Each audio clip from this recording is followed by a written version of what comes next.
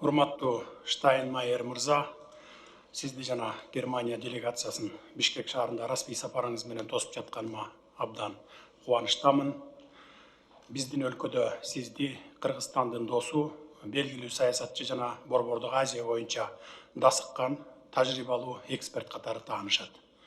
Буга чейин сиз тышкы иштер министри катары биздин өлкөгө бир нече жолу келгенсиз.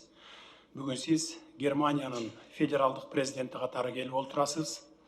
Биз муну Германиянын Кыргызстан менен кызматташууну активдештирүүгө даярдыгын жакшы бир белгиси катары кабыл алабыз. Бүгүнкү сүйлөшүүлөр Кыргыз-Герман кызматташтыгын кеңири талкуулоого жакшы мүмкүнчүлүк берет деп терең ишенем. Урматтуу федералдык президент мырза, сөздү сизге узатамын да. Господин президент, огромное спасибо. Благодарю вас за приглашение приехать сюда, в вашу страну. Я очень рад своему третьему визиту в вашей великолепной стране. Только что мы получили впечатление об этом, когда ехали к мемориалу Ат-Табиит. Получили впечатление от великолепной природы. Мы видели горы, и сразу появляется мотивация надеть обувь для хайкинга и совершить прогулку в горах. Однако времена, к сожалению, другие. Я вспоминаю свой прошлый визит 7 лет тому назад, когда мир был другой, когда у нас еще была надежда, что в Европе будет сохранен мир, что нам удастся восстановить мир в Европе. Однако после начала агрессивной войны России против Украины все выглядит, к сожалению, по-другому, и это бремя, которое лежит на нас всех.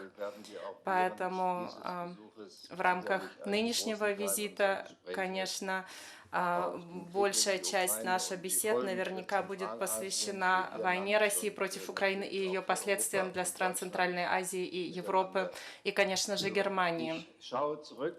Я оглядываюсь на наши отношения, им уже больше, чем 30 лет. Германия была одной из стран, признавшая Кыргызстан как независимое государство на очень ранней стадии.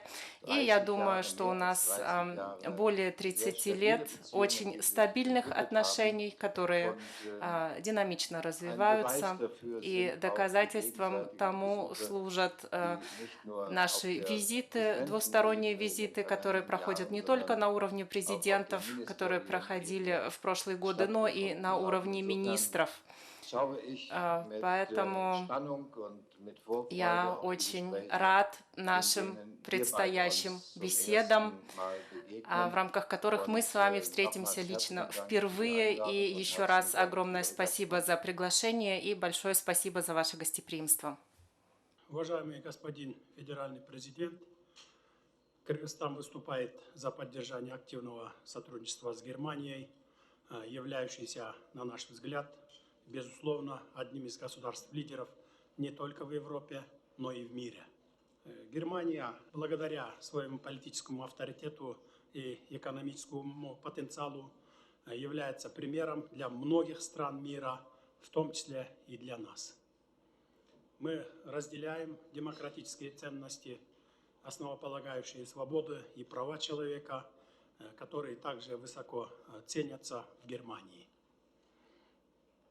Для нас весьма важна дальнейшая поддержка Германии в демократическом развитии страны, построении сильного гражданского общества и правового государства.